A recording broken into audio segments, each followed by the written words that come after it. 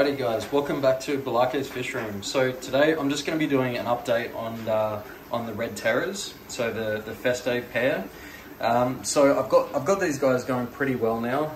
The male used to be quite shy and reclusive. He used to just always hide in this terracotta pot, but he's looking absolutely fantastic now. He's really starting to take control. And one of the things that I've done recently is I've actually introduced a couple of tank mates for them, because I'll see if I can get a nice shot of the female here eventually, but the male was getting really aggressive towards the female. So the female's jaw, here she comes out this side. I'll see if we can get, yeah, that's a pretty good shot. So you can see the female's jaw is a little bit damaged, and so that's just come from these two lip locking. And the thing with these guys, which is different from the black nasties, when these guys lock jaws, it's not out of, it's not courtship behavior. It sometimes can be, but most of the time it's just due to aggression. So what I did was, to distract the big male, I've introduced one of the large male marbled Fenestratus. So this guy's an absolute tank that we're seeing right here. So he got put into the tank, and straight away the male Festae went up and tried to pick a fight with it. And this guy is just like a massive cow. So he does absolutely nothing back in terms of anger or aggression, but he's not phased one little bit by the male. I mean, here comes the male now, and he starts to flare up his gills and starts to get a little bit aggressive. But the Fenestratus, for the most part, at the moment is, standing its ground, and it's not really showing any signs of aggression back, which is really nice. Like, it's the last thing that I wanted was to lose the female, because they did show signs of like pairing up pretty well for quite a long time. And now that they do have a tank mate that can take a little bit of that aggression away, it seems like everything's kind of calming down. He's still a little bit of an a-hole. He's definitely trying to be the boss of the tank, which he probably is at the moment. But I've just decided to, give them a couple of tank mates to disperse a bit of that aggression, and just create a few more hidey spots, like this log that we can see under there. So she can pop in there. She can go under all these rocks where he just can't fit, because he's quite a lot bigger than her. And it seems to be working out pretty well. I've had the marbled Fenestratus in this tank for probably 3 days, and yeah, it seems to all be going well. They kind of keep down this end of the tank, so he's definitely rallying him up and keeping him in the corner.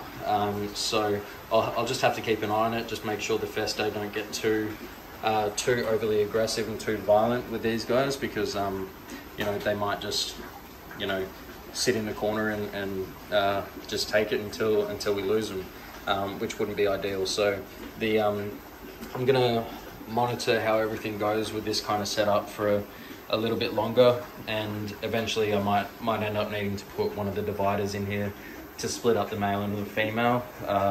If this doesn't do the trick and he keeps picking on the female and getting to her, then yeah, it'll just be divider in the tank.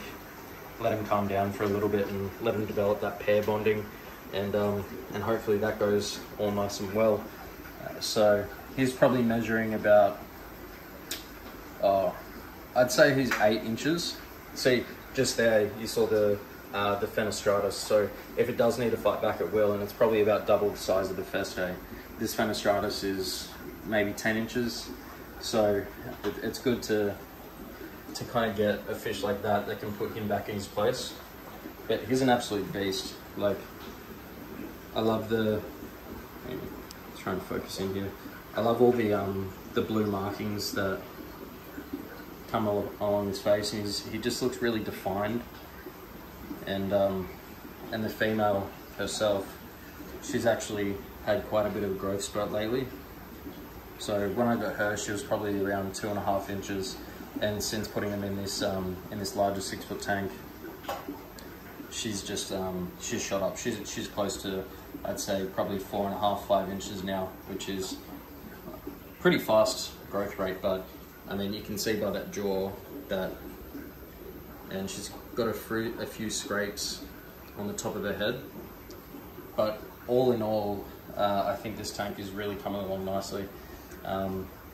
So I have made a few. I've kept going with the fish room renovations. I've been really busy with other stuff, but we've got the all the air lines and everything done. So I won't do too much on this one, but you can see I've got the air piping that runs around the entire fish room, and then all you do is put in these little taps. Make sure they're nice and tight, so I have to go find the right drill bit for them, and then you can run as many sponge filters as you want. So in this tank I've got 3 sponge filters that come down here. So we got one back in that corner, one in the middle here, and just one there. And I think that that's perfect filtration for these guys. I'll talk a little bit more about it once I do the fish room reveal, once everything's absolutely perfect and once it's all done. There are a couple of ideas that I was going to be doing in the beginning, which I'm not going to be doing anymore, and I'll talk about that a little bit later on. But yeah, I mean, there's not much really else to report on this one. They haven't really shown signs of actually spawning yet, but they seem to be living quite well. So most of the time the male just hangs out where he is now. He just hangs out in that terracotta pipe and just keeps a real close eye on me. And then the female hangs around down here, kind of in and around all these rocks. So she doesn't venture too far away from the male. So I'm hoping that, yeah, they are pairing up, and maybe in the future we do get a nice little spawn from them. And yeah, guys, look, that's probably it for the Red Terror update. In the upcoming March update of the fish room, I'll go through all of the tanks in quite a lot of detail, and kind of show what else is down in all the bottom tanks as well. The lighting's not finished yet. There's a few things that I need to wait on to get all that done and dusted, and that's probably going to come in the next 2 weeks. So anyway, guys, thanks for watching the video. I hope you like this kind of stuff. I hope you like keeping track and enjoying the journey of the fish room. So if you have any questions, comments, or advice for me, I'd really appreciate it, and leave it down in the comment section. But other than that, like, subscribe, and all that kind of jazz, and I'll see you guys in the next one.